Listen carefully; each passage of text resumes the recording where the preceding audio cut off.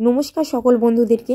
আজকের আমার ভিডিওটা হলো খুব গুরুত্বপূর্ণ একটা ভিডিও তুলসী গাছ নিয়ে। আর তুলসী পাতা আমরা কিভাবে ছিঁড়ব এবং তুলসী গাছে কবে জল দেব, কোন জায়গায় রাখবো, সেই নিয়ে আজকের আমার ভিডিওটা। স্কিপ না করে তোমরা সকল বন্ধুরা আমার ভিডিওটা দেখতে থাকো।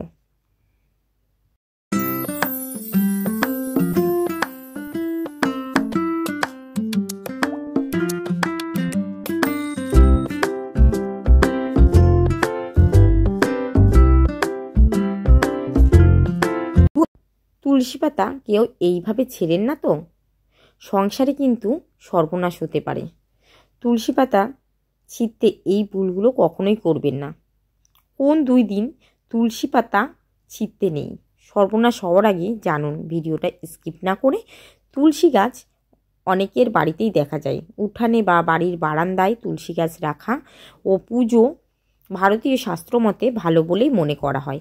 তবে একসঙ্গে তুলসী গাছ রাখার কিছু নিয়ম আছে। শাস্ত্র মতে বলা হয় তুলসী গাছ যেন কোনো মতে বাড়ির ছাদে না থাকে। লক্ষ্য রাখতে হবে তুলসী গাছ যেন বাড়ির দক্ষিণ দিকেও যেন না থাকে। সদর দরজার সামনের দিকে তুলসী গাছ রাখা কিন্তু খুব শুভ। তুলসী পাতা যেমন ধর্মীয় তাৎপর্য আছে, তেমনি কিন্তু স্বাস্থ্যগত উপকারিতা। তুলসী পাতাকে হিন্দু শাস্ত্র মতে বিভিন্ন পুজো পাঠে ব্যবহার করা হয়। এমনকি কৃষ্ণের প্রিয় কৃষ্ণ ঠাকুরের পুজো কিন্তু তুলসী পাতা ছাড়া হয় না। এমনকি আমরা তুলসী গাছকে পুজো করেও থাকি। তুলসী গাছ যেখানে রাখবেন না, শাস্ত্র মতে বলা হয়েছে তুলসী গাছকে কোনো মতেই বাড়ির ছাদে রাখা যাবে না। লক্ষ্য রাখতে হবে তুলসী গাছ যেন বাড়ির দক্ষিণ দিকে না থাকে।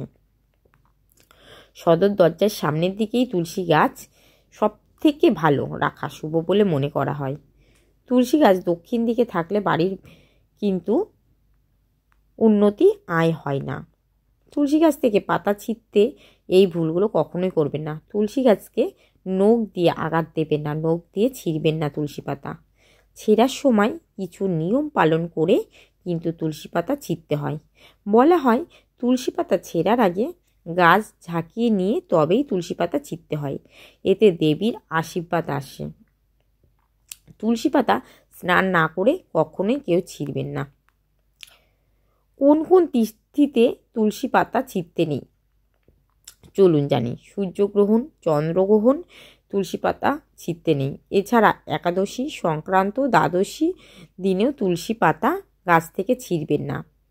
একাদশীতে তুলসী গাছে কিন্তু কেউ জল দেবেন না। আর তুলসী পাতা কী বারে ছিঁড়তে নেই? রবিবারে ছিঁড়তে নেই একদমই, আর জলও দিতে নেই। আর অনেকেই মঙ্গল আর বৃহস্পতিবারে তুলসী পাতা ছেড়েন না। আমরা বাজার থেকে 5 টাকা বা 10 টাকার ফুল নিয়ে আসলেই কিন্তু অনেকটা ফুল হয়, তার সঙ্গে কিছুটা তুলসী পাতা দেয়, আমাদের পুজো হয়ে যায়। খেয়াল রাখতে হবে যে এই রবি, মঙ্গল, বৃহস্পতিবারে কেনা তুলসী পাতাতেই আমরা পুজো করি, মানে পুজো করাটাই উচিত। এই দিনগুলোতে তুলসী গাছ থেকে তুলসী পাতা ছেঁড়াটা একদমই উচিত নয়। ভিডিওটা যদি কারোর উপকারে লেগে থাকে বন্ধুরা একটু আমাকে কমেন্টে জানাবেন। আমার মুখের অবস্থাটা খুবই খারাপ, ওই জন্য ভিডিওটা অনেকটাই বাদো বাদো হয়ে গেছে, কথা বলতে পারছি না। তবুও অনেক দিন ধরে অনেক ভিডিও দেওয়া হচ্ছে না কোনো, সেই জন্যই ভাবলাম যে একটা ছোট্ট ভিডিও তোমাদের সবার সাথে শেয়ার করি। ভিডিওটা যদি উপকারে লেগে থাকে আমাকে অবশ্যই কমেন্টে জানাবে।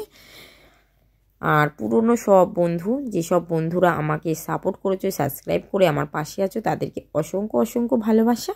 আর নতুন যে বন্ধুগুলো আমার ভিডিও দেখছো, একটা লাইক করে সাবস্ক্রাইব করে আমার পাশে থাকার জন্য অনুরোধ করছি।